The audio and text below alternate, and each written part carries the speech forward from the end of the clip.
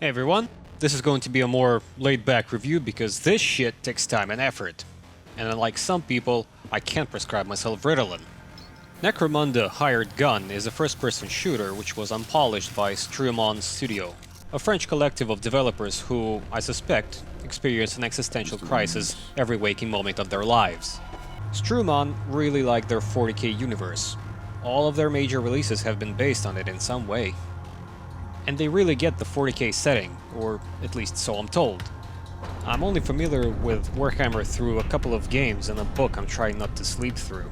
The game takes place in an Amazon fulfillment center called Necromunda, a planet so incorporated by production you can't help but show up for work, even if you are a gang member. Because if you don't fill out that TPS report and maintain all the pipes around you, you'll probably end up on the Live Leak front page. You play as a bounty hunter. At the start, you pick your gender, male, female, or Asian, and proceed to have your first mission get fucked up by the plot. Which, in all honesty, the story doesn't really matter. There aren't any choices to be made, no characters betray you, outside of the incredibly obvious one, and you won't be able to hear half the dialogue anyway, because audio mixing is fucked in most cutscenes. I gave you control, and you're losing it. All that precious, precious archaeotech, and I gave it to you. And you can't even run the trade. What? If there were any references or Easter eggs in the game, they all flew over my head. Your objectives don't change in the middle of a mission, and there's maybe one or two set pieces. But that's it. None of that really matters, because we have gameplay and vistas to make up for it.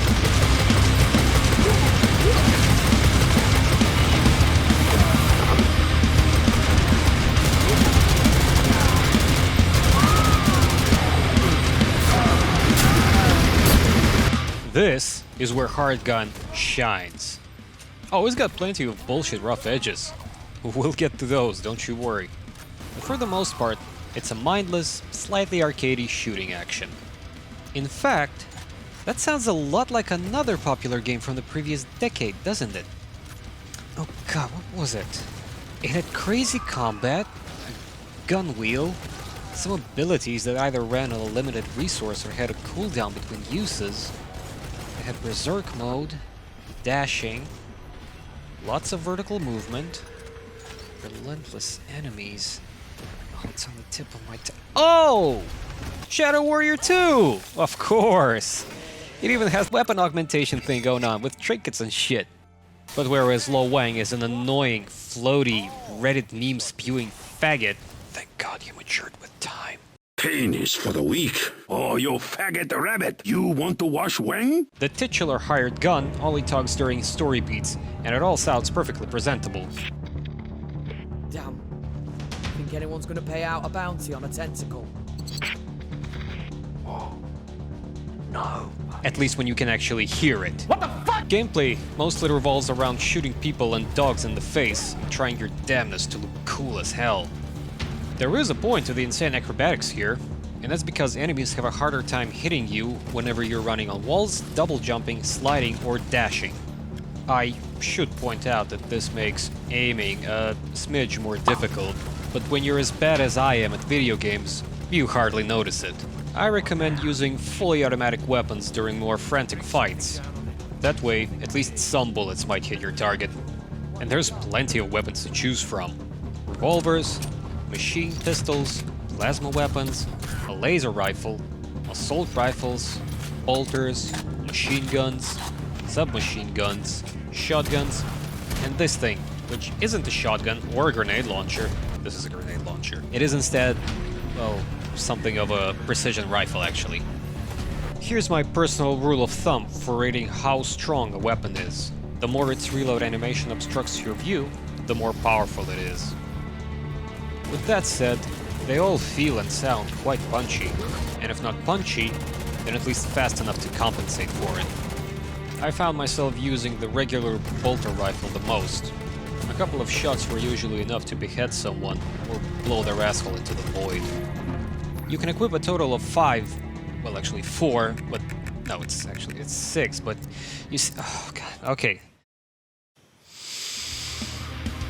You can equip 5 weapons, one of which is a starter revolver, of which you can equip 2 other copies with the same or different add-ons, but you can't replace the original, but you can put trinkets on it, but you shouldn't because it's the worst weapon in the game, because you can find upgraded versions of it in chests during missions, alongside other weapons, which you can also equip, but only one, because if you try to equip another found weapon, it replaces the previous one, but they all get unequipped anyway, because they go in your post-mission inventory screen after you're done with the mission, so you have to put it in the personal inventory after you're done with the mission, so you have to fill up every weapon slot before launching a mission and pick another weapon during the mission to have 6 weapons at once. The entire inventory system is fucked. Now, I figured out how it works, but that's like learning to live with planned obsolescence devices. It shouldn't have been an issue in the first place.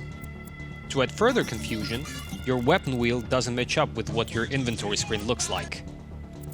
I suggest you bind the weapon found in the field slot and unbind your piece of shit revolver altogether.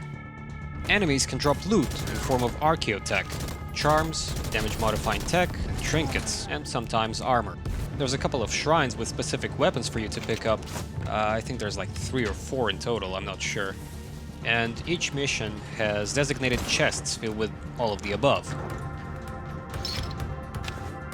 By designated chests, I mean their location is fixed. While playing side missions, you can find them in the same spot as one would during a story mission. And there's still tons of little bullshit sprinkled on the weapon system. For example, you can't simply unequip a weapon from your active inventory. You have to either replace it or sell it outright. You can put all sorts of add-ons and trinkets on it, but it will only sell for a fixed price, regardless of your investment. But if you sell charms and tech separately, you'll make more money. So before selling a weapon, remember to first unequip all that shit.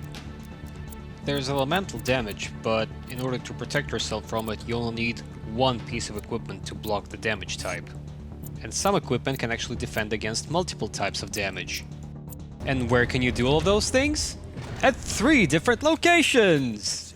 Fucking kill me. You can do it at the Tech Priest's faraway corner, you can do it at the Arena Terminal, or at the Mission Terminal. Which, I guess, makes Tech Priest a glorified vending machine. Now that's what I call self-actualization. Good for him. Good for him. The arena is pretty useless considering it's meant to test out your weapons, but the only 2 gladiators spawning there don't scale with whatever enemies you might encounter at that point in the story, so it's impossible to measure how effective a weapon is until you test it in the field. Oh, and you get a dog. Dog sucks. Now, in spite of me mostly bitching about little tidbits in this video, I still enjoyed the game. If you're going to give it a go yourself, remember not to play on easy.